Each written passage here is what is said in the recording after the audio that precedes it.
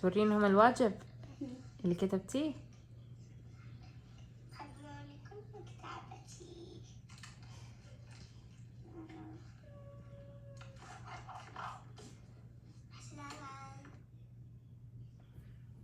اسوي لك فلوج زيي؟ اسوي لك يوتيوب؟ تفتحين قناة يوتيوب زيي؟ تنزلين فلوجات زي ماما؟ السلام يا لمعتها.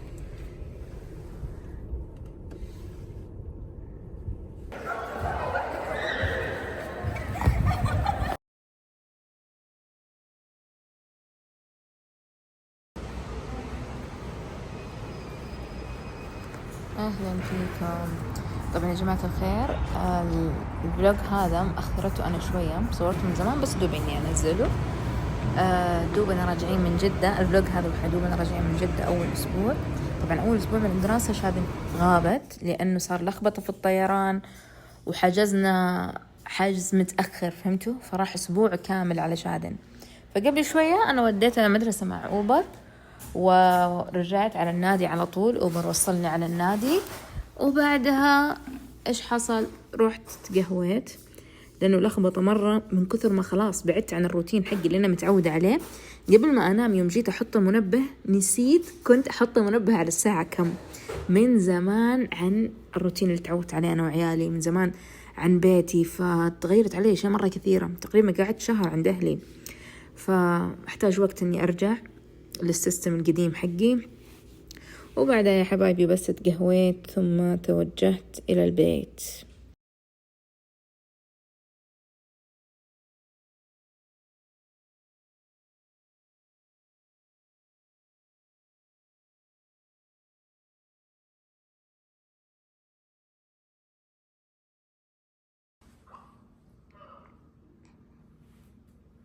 وبعدها جاء وقت وجبة الغداء.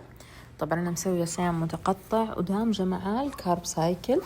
فالوجبة الأولى تكون بروتين، يعني بدون نشويات أو سكريات. طبعا السكر عفوا البيبسي دايت يعني هو خالي من السكر، فيه محلي صناعي، لكن بصراحة ما أعرف إذا كان مسموح في الصيام المتقطع أو لا. لكن ما حبيت إني أضغط على نفسي، فسمحت لنفسي إني أشرب بيبسي دايت. هذه صدور الدجاج يا جماعة أنا أشتريها صدور سادية اللي تكون مجمدة، اللي مكتوب عليها طرية. مو شرط شركة سادية، لكن أهم شيء يكون مكتوب عليها طرية، لأنها تيجي مرة فعلا طرية وما تنشب في الحلق. بعض صدور الدجاج لما تسوونها يعني فعلا ما تقدرون تاكلونها مرة ناشفة. فأنا أشتري اللي مكتوب عليها طرية وأتبلها وأطبخها مع فلفل رومي وبصل. مع أي وجبة لازم أشرب قارورتين موية. والله يا بنات يفرق مرة، يخليكي تشبعين بسرعة.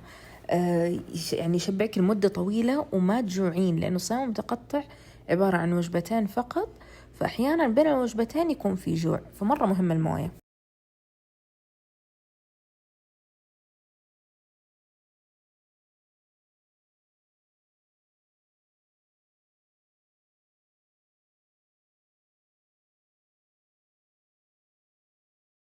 السلام عليكم.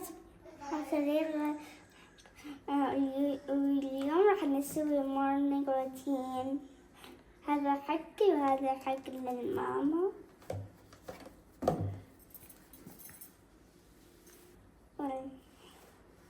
الحين هذا اليد،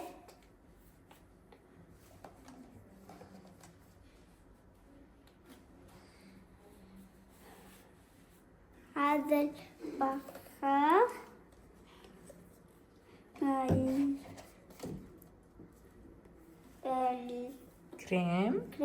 كريم مرطب،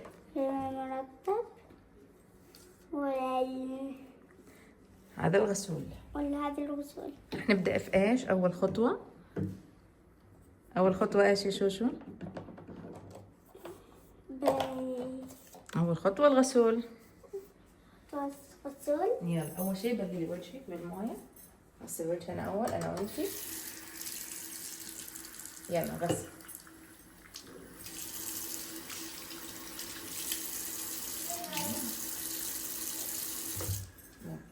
الحين حطي طبقة واحدة بس.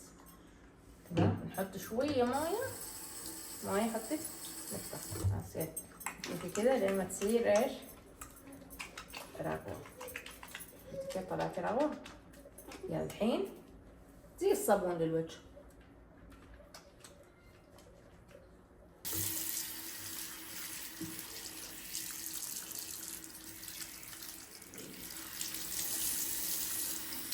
قولي الحين ننشف وجهنا. الحين ننشف وجهنا. يلا نشفي بالمناديل.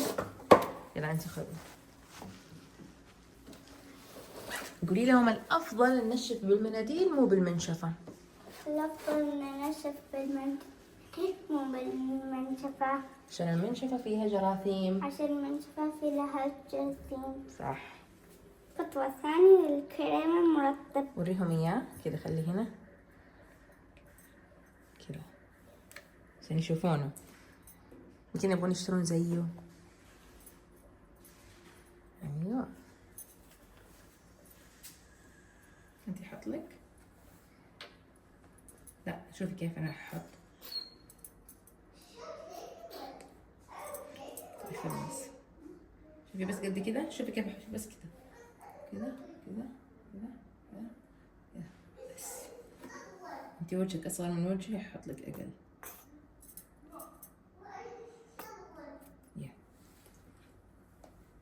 شوية على الرطبة. البخاخ طق كذا.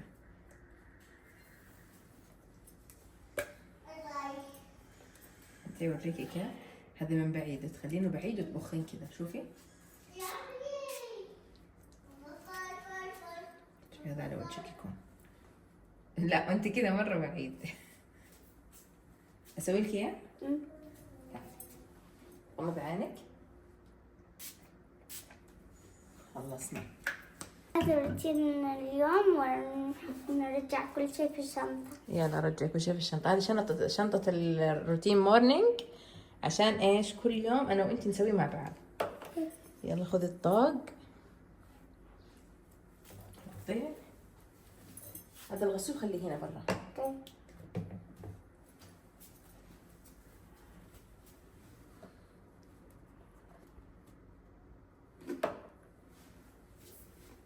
ايوه ممتاز.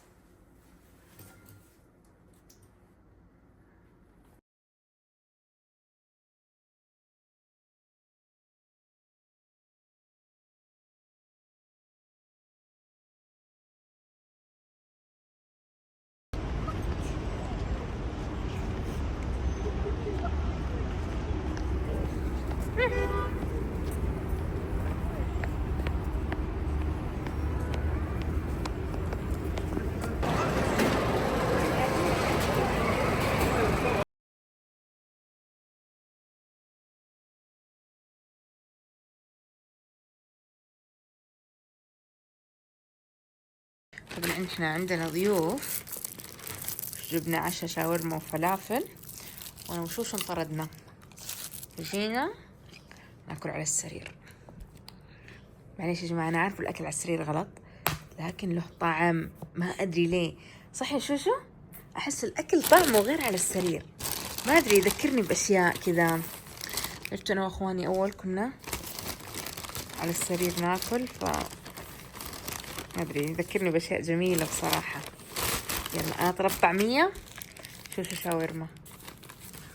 امس اخوي الجميل زارني، اول ضيف يدخل في البيت الجديد، الله يعطيه العافية، وجاب ذي الاشياء معاه. جاب عطر، شو اسمه، القوداء، وبخور.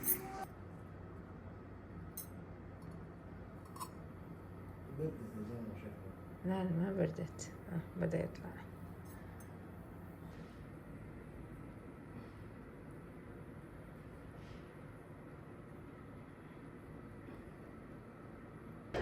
طبعا الدكتورة تسوي تحاليل عشان تشوف مستوى الحديد، لأني أنا رحت لها مو بس عشان البشرة، رحت لها قلت لها على البشرة والشعر، فقلت الشعر لازم نتأكد من الحديد.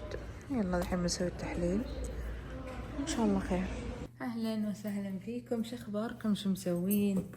طبعا قلت لكم الفلوج اللي راح انه بشرتي فجأة انعدمت، فامس رحت للدكتورة، وقبل امس وانا على سريري قبل ما انام ما ادري ايش جاء في مخي، اول مرة في حياتي اشتري من الصيدليات اللي زي شو اسمه مخازن العناية والاشياء هذه.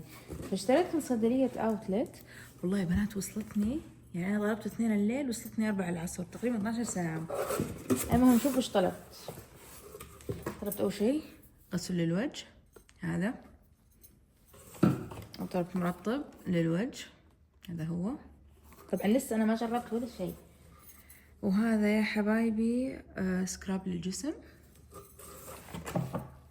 وهذا كريم للجسم لانه انا عندي جفاف مو طبيعي، فهذا يعني شوفوا الترطيب ريتش مرة يرطب. وهذا برضو كريم مرطب، وهذا كريم كلير باللوز. بنات ترى انا امس فكيته واستعملت شوية منه اختبره، ثقيل بس مو نفس ثقل الجليسوليد هذاك الأهبل عرفتوا. هذا ب11 ريال يا بنات، دهنت منه قبل ما انام.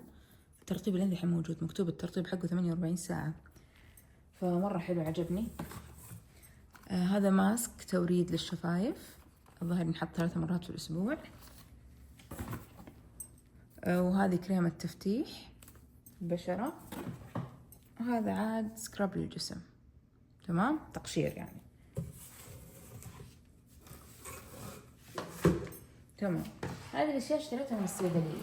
أوكي، قبل ما أقرر إني بروح للدكتورة، وبعدها رحت للدكتورة أمس وقلت لها إني اشتريت هذه الأشياء. قلت لها أنت سوي لي روتين كامل سكين كير، وشوفي ايش أعطتني. قالت لي أول شيء أبغى لك تقشير قبل النوم عشان تقولي اللي عندك حب الشباب ده تحت الجلد.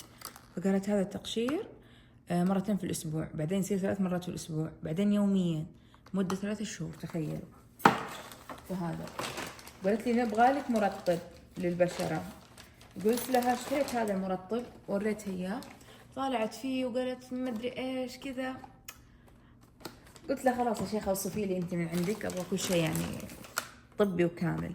فوصفت لي هذا، صح شوي غالي بس يلا مو مشكلة.